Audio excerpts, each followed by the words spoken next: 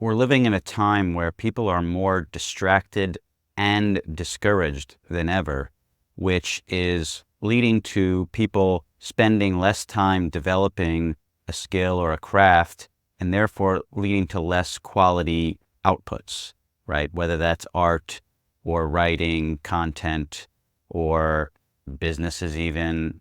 And obviously you see a ton of businesses failing and a ton of people online trying to get a business going that isn't working out. And same thing with obviously a ton of content online that's not getting seen or heard. And then in the art space as well, art, including all kinds of art, writing, comedy, movies, TV, all that stuff. And this is, I think, a major issue, particularly with the rise of AI and the development of that technology, and how now it's starting to get used and going to be used way more in the coming years to produce content, content and art and writing and all that. Because people are already so easily distracted and so easily bored by sitting and focusing on one thing, right? The smartphones are reprogramming our brain to seek constant stimulation. And so therefore it's hard to sit and focus on developing a skill or craft or a long-term project of any kind. And therefore, and then when you even have an option where you can have AI do it, well, you can already see that people are taking that option in droves. ChatGPT was the fastest app to 100 million users ever. Came out of nowhere. And so this is what I see as a major problem that the world is facing and going through, and it's only going to get worse as AI gets better and as the social media and just smartphone industry gets better at programming our brains and controlling our stimulation and keeping us distracted and on their platforms for longer, right? They're all trying to keep us on their platforms for longer. That's how they make money. And so the way they're doing that is figuring out how to stimulate the brain in the exact right way that keeps you on the platform for longer. And then that's how they design the algorithm, and that's the kind of content that rises to the top and keeps you on the platform. So now people are going to be less and less able to focus on a long-term project, to develop a skill or a craft, and therefore the entire quality of art and culture and thinking and communication is going to decrease. It already is, and it's only going to get worse. And the point of this video is not to be like doomsday about it, doom and gloom. It's really to inspire people to fight back against this age of mediocrity that we're entering, and to focus on developing skills and crafts and produce long-term projects of quality output. And mentioned AI. I use AI tools every day. And so I'm encouraging people to use the tools, but use them as the tools to enhance your own work, not as a replacement for your work. And when you do that, you can produce some amazing things, right? I'm producing things with AI tools that I couldn't do before. If you look on my channel in the shorts section, you'll see a bunch of shorts that I made with AI tools, and I couldn't have made those previously without the AI tools. There's one of Spider-Man on a building. Okay, I couldn't have made that before AI tools unless I had millions of dollars to shoot the way they shoot like a Spider-Man movie. So point being is that the AI tools are great. They're going to get better, but I'm encouraging people to use them as tools, not as replacements.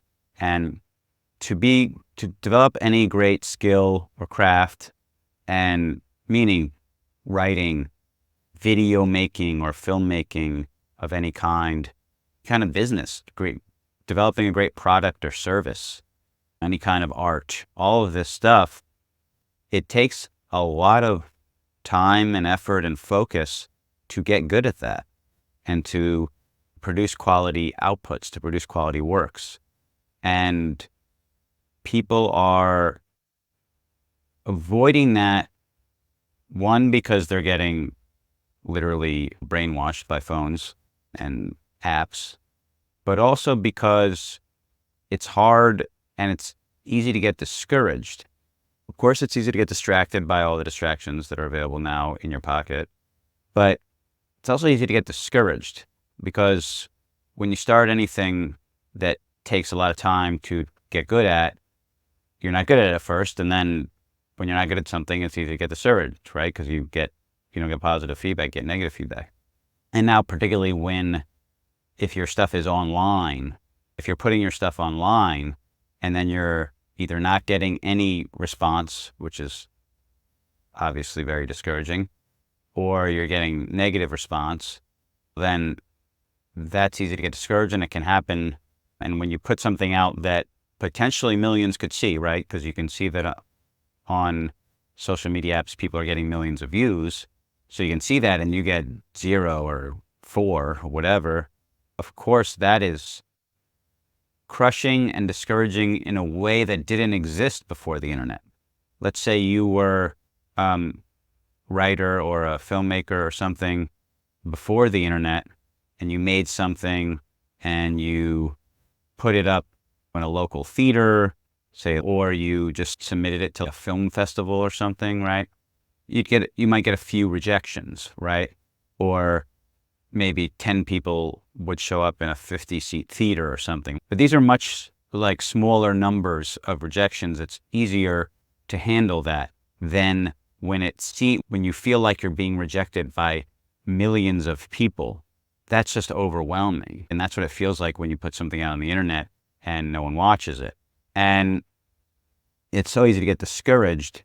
And I made a video about this called 3 Crucial Steps to Push Through When No One Shows Up. You can look on my channel if you want to watch that. We'll talk about what to do when no one's showing up or no one's watching your content. But the point really that I'm making in this video is that a lot of potential great creators, and I'm using that in a broad sense, any kind of artist, entrepreneur, and anyone that's creating anything, are being discouraged because they essentially feel like they're being rejected by millions of people. And so there's a much more impactful discouragement there than if you got rejected by 10, 20, even 100 people, which was like a pre-internet number that would happen.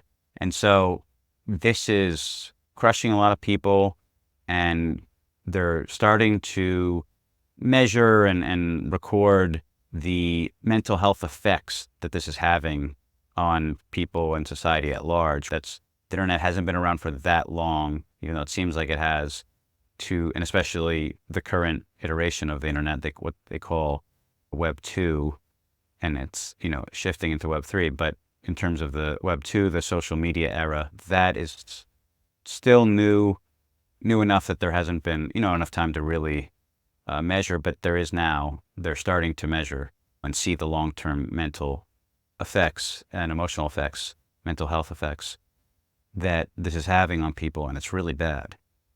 And I don't think they've yet even come close to really measuring it. I think in the future, we're going to see that it's on par with smoking in terms of the effects that it's having that are not being measured.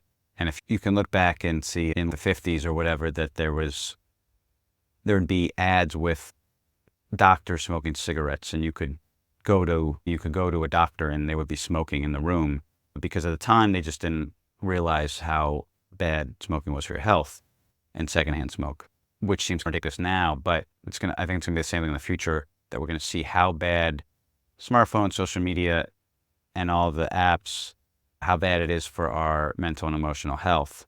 And both the effect of the apps on your brain as all that stimulation, but also the effects of being rejected, being unseen. That's a terrible feeling when you feel unseen. And then, of course, dealing with all the hating, the trolling, all that, also having a lot of negative effects on people's mental health. But the point of this video is really about trying to inspire people to put aside the distractions of the phone and the internet. And what I recommend is putting the phone in another room. And this is based on a study that they did where they gave 3 groups the same test of intelligence tests and working memory test. And one group had the phone on the table while they took the test. Another group had the phone in their pocket or bag while they took the test. And the other group had the phone in the other room. And the scores were the lowest for the phone on the table, second lowest for the phone in the pocket or the bag next to them, and the highest scores were the phone in the other room, the group that had the phone in the other room. So that is the way to minimize the distraction, which is causing lower intelligence, lower working memory, right? Those were the tests. It was an intelligence test and a working memory test. And the scores were highest for people with the phone in the other room. So what I'm encouraging people to do is put the phone in the other room and on silent, so you're not going to hear it. And then spending time really developing a skill or a craft, and developing the skill or the craft independent of AI tools. But then once you develop the skill or the craft, then incorporating AI tools to increase your output because it can make you faster, and therefore give you certain capabilities like video creation, generation, that will increase your output and also allow you to make things that you couldn't make otherwise, like I was saying in my example of making the videos. But the point is, if you don't develop the skill or the craft on your own, like if you just start with AI tools, you're not going to you won't be adding enough to the creation of whatever you're creating. It'll be mostly the AI because you don't have the skill or the craft to add and to discern from what the AI is giving you and what is really good and what is not, and how to mold it to make it better. And really, you need to develop the skill or the craft on your own, the skill of writing, the skill of storytelling, skill of filmmaking, the skill of visual or graphic design, et cetera, et cetera. And then when you're really good at it on your own, then you incorporate the AI tools, and then your output can really increase and get way better and more expansive. So I'm all about people using AI tools, but they're really only going to make great content or output in the hands of a skilled craftsman or woman. So that's really my encouragement. And the point of this video is to first and foremost put the phone in the other room on silent while you're working, and just spending time every day developing your skill or your craft, whichever one you're working on, even if it's an hour a day, and then doing it on your own before you incorporate the AI tools. Yeah, let's focus, let's work on our skills and our crafts and become great at it, then incorporate the AI tools, and then make some amazing outputs, some amazing creations, some amazing artwork, some amazing businesses, some amazing content. Thanks for watching, and I'll see you tomorrow in the next video.